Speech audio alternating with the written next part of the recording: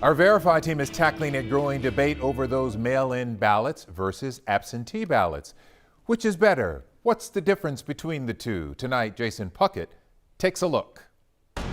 The president has come out against mail-in ballots, calling them a, quote, formula for rigging an election, but he's shown support for absentee ballots. So we wanted to verify, are absentee ballots different than mail-in ballots? We checked with the National Conference of State Legislatures, the Electronic Registration Information Center, and multiple state boards of elections.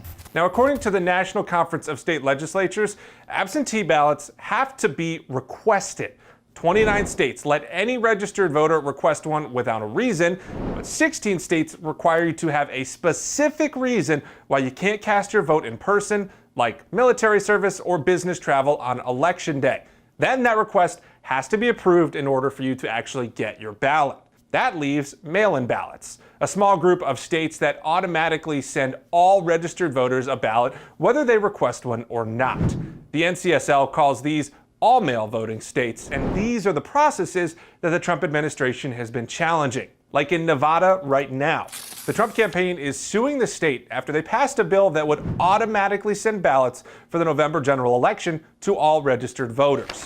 Bottom line, claims that absentee ballots are different than mail-in ballots are true, but there's only one difference. And that's how you actually get the ballot in the first place. Regardless of what name you use, all ballots are treated the same once they're in the mail. With your Verify, I'm Jason Puckett.